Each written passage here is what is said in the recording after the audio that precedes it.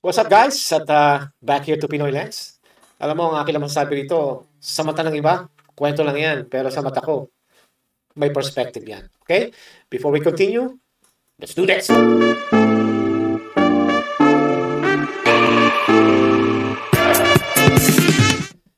Alright, back to Pinoy Lens. At kamusta po kayo diyan, lalo na ating mga kapwa Pilipino, no? At sana po ay nasa mabuti kayong kalagayan na naman, no? At ko lang kayo po ba ay okay pa, no? At syempre po, no, batiin ko muna madali ang ating pong overseas Filipino workers. At kamusta po kayo dyan, overseas Filipino workers.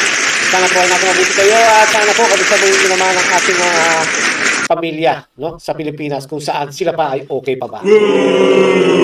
Anyway, kailangan natin batiin ang ating mga OFW at ibalita sa kanilang konti at tayo po ay magbigay lang ng konting perspective sa nangyayari dito sa ating bayan sa Pilipinas. In that way ay malaman din naman nila at maisip nila kung ano ba masasabi ko. Siyempre kayo rin po, no? Pwede kayong magsalita dito, mag-comment lang kayo dito and you should be good to go, okay? At we will try to answer you back and who knows, okay? Alright, kaya kayo mga OFW diyan, huwag nyo masyadong sunugin ang sarili nyo sa trabaho. Sometimes, Starbucks, treat nyo sarili nyo, okay? Already. Alright, pag-usapan pa rin natin ngayon. Up to now, trending pa rin po si Senator Bato. Diba? Si Senator Bato. Si Senator Bato ay umalis na po sa Senate. At siya po ay palagay ko ay parang iniiwasan nyo na lang po ang gulo na maaaring mangyari ulit pagkatapos po ng putukan noon, di ba? At sari-sari lang nga po yung mga nagsasalita, nagko-comment, nagbibigay ng opinion, reaction, blah, blah, blah, blah, blah, blah. Pero what can we do? No? Isa rin tayo sa nagbibigay ng perspective dito dahil alam naman natin talaga in our own way na magsasalita para tungkol sa nangyari, ay alam naman natin na kung ano ba talaga ang dahilan kung bakit at kung paano ito nangyari at kung bakit lagi itong nangyayari. Ganun lang eh. Ganun lang kasimple yun. Diba? Pahuhuli mo yung tao, may ICC warrant, walang local ng warrant of arrest. Paano ka naman gaganahan? No? Pagkatapos itong hinayupak na Trillanes na to, diba? Ang ilalagay mo doon, sa pagmumukha pa lang niya, sa mata pa lang ni Trillanes. Alam mo, sinungaling na, di ba? Dapat siya kinakasuhan niya. Pero sa ngayon, hindi natin pwedeng kasuhan ng isang Trillanes na may utak bulok sa ulo dahil nga po, siya po ay kakampi ng bangag. Kaya wala po tayong magagawa ngayon diyan unless meron talaga magdemanda sa hayop na yan dahil wala naman talaga contribution yan. Ano ba talaga contribution ni Trillanes? No, siya ba ICC agent? Di ba? Siya ba ICC agent of SHIELD? O siya ba ay international cop of the Plutonian? I don't know, man. Talagang may gapak sa ulo at Trillanes na yan. But anyway, ito pong si Bato ay talagang binabanatan talaga ni Bangag. Alam naman natin yung mga parts na itong si Bangag naman talaga ang talagang may plano niyan. O kung hindi, sige, sabihin natin hindi siya ang talagang may plano niyan. Nandiyan ang asawa. Sabi daw si Tamba. The rest of it, who knows? Baka maraming mga nasa paligid niya na hindi niya alam kasi nga pagka suminghot, di ba? Tutulog ka lang ng 3 araw, paggising, what's up? Oh, okay. Di ba? Yan ang trabaho ni Bangag. Umaga pa nga lang, nagmamariwana na at saka umiinom ng alak. Yung mga sinasabi pa lang, hindi na rin natutulog si Bangag. Ay, kaya hindi natutulog dahil nga sabog. But anyway, tungkol po dito, ay si Bangag ay nagsalita, no? Na tungkol daw po sa nangyari sa Senate siege. At kung titignan niyo yung video niya rito, ay you can tell na talaga napakasinungaling ang hayop na to. But anyway, ay panoorin po natin saglit at we'll react. Magandang gabi po mga minamahal kong kababayan. Hindi magandang gabi. Ako'y nais magbigay ng isang statement tungkol sa mga pangyayari sa Senado ngayong gabing ito. Tingnan niyo nga yung kanyang background, no? What do you think? Siya ba ay nasa Pilipinas? O siya ba ay nasa ibang bansa? At look at his eyes.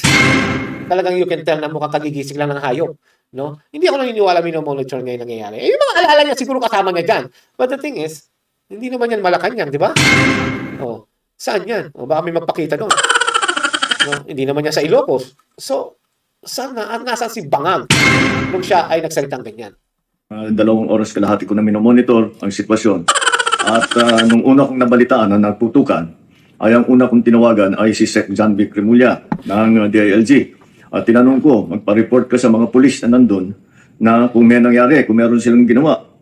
At tapos ang sunod na tawag ko naman ay sa NBI. At tinanong ko sa mga NBI at kay Director Matibay, kayo ba ay pumasok sa Senado? Sabi niya, wala kang instruction. Ang sabi sa akin, wala kang instruction, sir.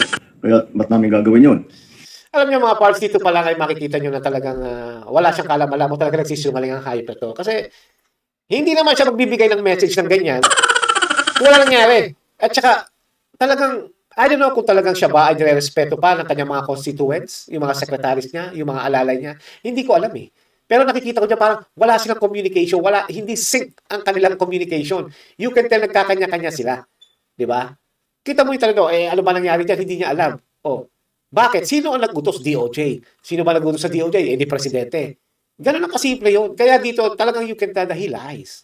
Kaya masasabi ko sa ating mga kababayan, yung nakikita po ninyo na naka-uniforme sa loob, sa mga sa news, ang mga naka-uniforme doon, dalawang klase, yung PNP, police, na naka-duty sa Senado. Naandun sila para bantayan ng Senado, para mag-crowd control, para mag-secure ang Senado. Yung isa pang may hawak na naka-uniforme ay yung Marines, may Marine Detachment na nandun talaga sa Senado, tiga dun sila. Ang trabaho din nila is secure ang Senado at magbigay ng yung nakikita ninyong honor guard. Yan lang ang sundalo o pulis na nasa loob, tiga doon ang nandun. Okay, alam na namin yan. O ngayon, yung isa pang nakita ninyong grupo na kasibilyan at may hawak ng mga mahaba, mga usayon, yun naman sa Sergeant at Arms ng Senado. So lahat ng nakikita ninyong naka-uniforme o naka-armado ay nandun, ay tiga doon. Nandun sila talaga. Doon sila. bakit niya sinasabi yun? I guess baka nag-explain lang. No? Pero the thing is, ang point natin dito, ano ba? Ano ba nangyari? Ba't nagkaganon? Hindi naman natin kailangan ng Senate building description, Senate building definition. Nagjo-duty. At isa pa, ay nais kong maibida sa inyong lahat. Wala. May binabasa, di ba? Pero okay lang. Sabi nga nila, si VP nagbabasa rin. Sige, pagbigyan na natin. Nagbabasa. Wala pong instruction kahit na kanino na hulihin si Senator Bato. At ang nangyari, ang NBI, walang instruction, pero may nangyaring distraction. Di ba? Yun ang problema doon eh. Paano nangyari yun? Sino ang nag-utos? Kung hindi si Bangag ang nag-utos, sino? Remember, may mga kumokontrol kay Bangag. Oligarch, asawa, tamba, malamang, pati si Recto. Di ba? Bangag is just Bangag. You know, hindi na yan talaga yung tipong taong pinapansin. Sinabihan ko nung lumabas yung resolution ng Supreme Court, mga alas 4 yung kaninang hapon, ay sinabi ko, umalis na kayo dyan. At nag-comply naman sila. Kaya nung kausap ko si Director Matibag, sabi niya walang NBI doon, nandito lahat kami sa opisina. Kaya pala nagkaputukan na may NBI. At sinabi na sila raw ay nasa GSIS building at binabantayan daw yung painting.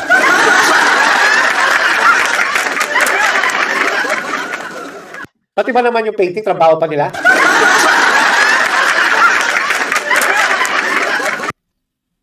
At ayun po, ay nais kong mapaalam na sa lahat ng ating mga kababayan, itong pangyayari na ito, ay tayo maging kalma lang po. Nakausap ko na si Senate President Alan Cayetano. Wow, nagsabi na we agree that the thing to do now is to tell our people all to calm down.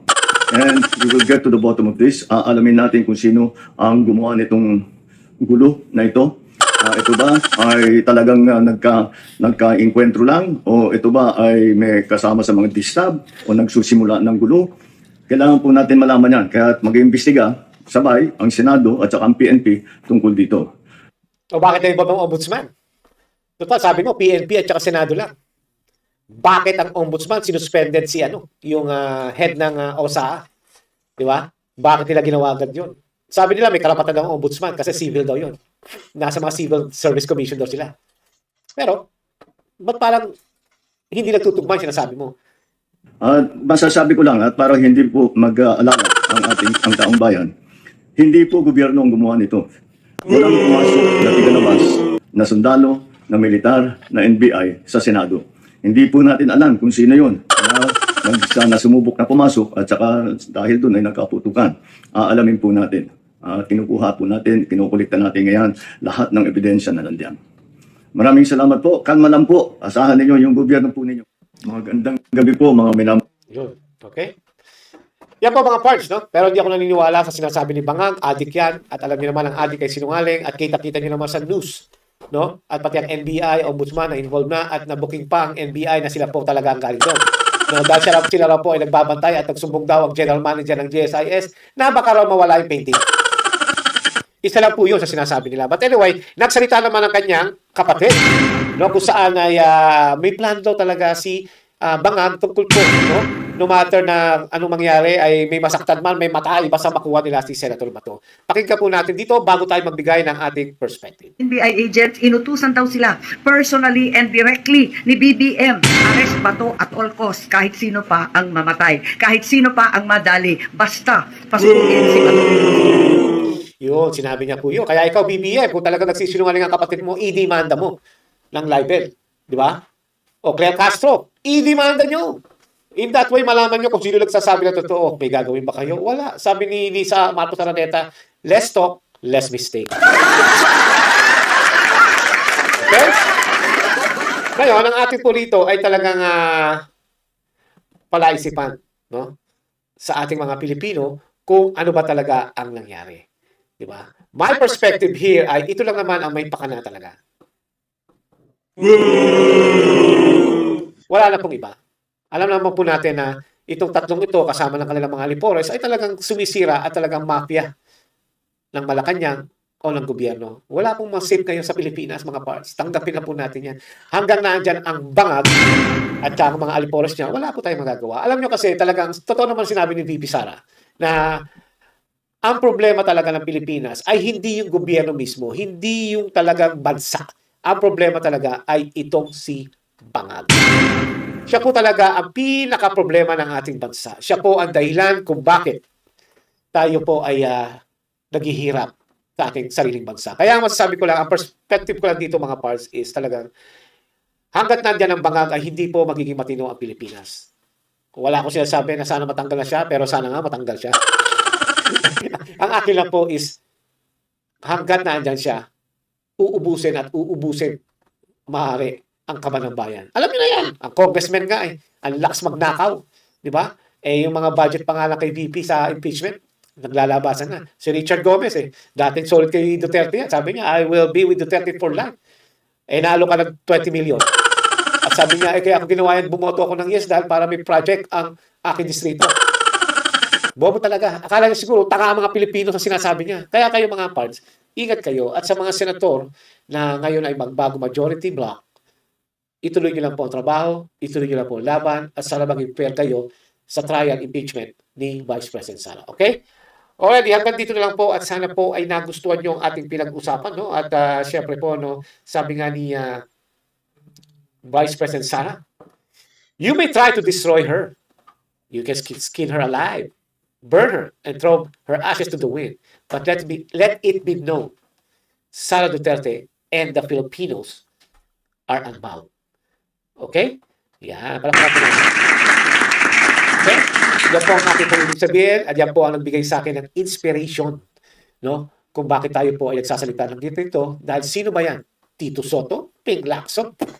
Bakit kayo matatakot? Kay Bangag? Di ba? Bakit kayo matatakot dyan? Sa kayo mga Pilipino naiintindihan ko, lalo na empleyado ng gobyerno. Dahil kapag kayo pumalag, matatanggal kayo sa trabaho. Pero itong tandaan nyo, hanggang kailan nyo gagawin yan? Hanggang kailan nyo titiisin na yan ang ginagawa sa inyo ng gobyernong ito. It's time for a change, man. Diba? Kinakailangan sipahin ng Bangag. Subukan natin si Inday.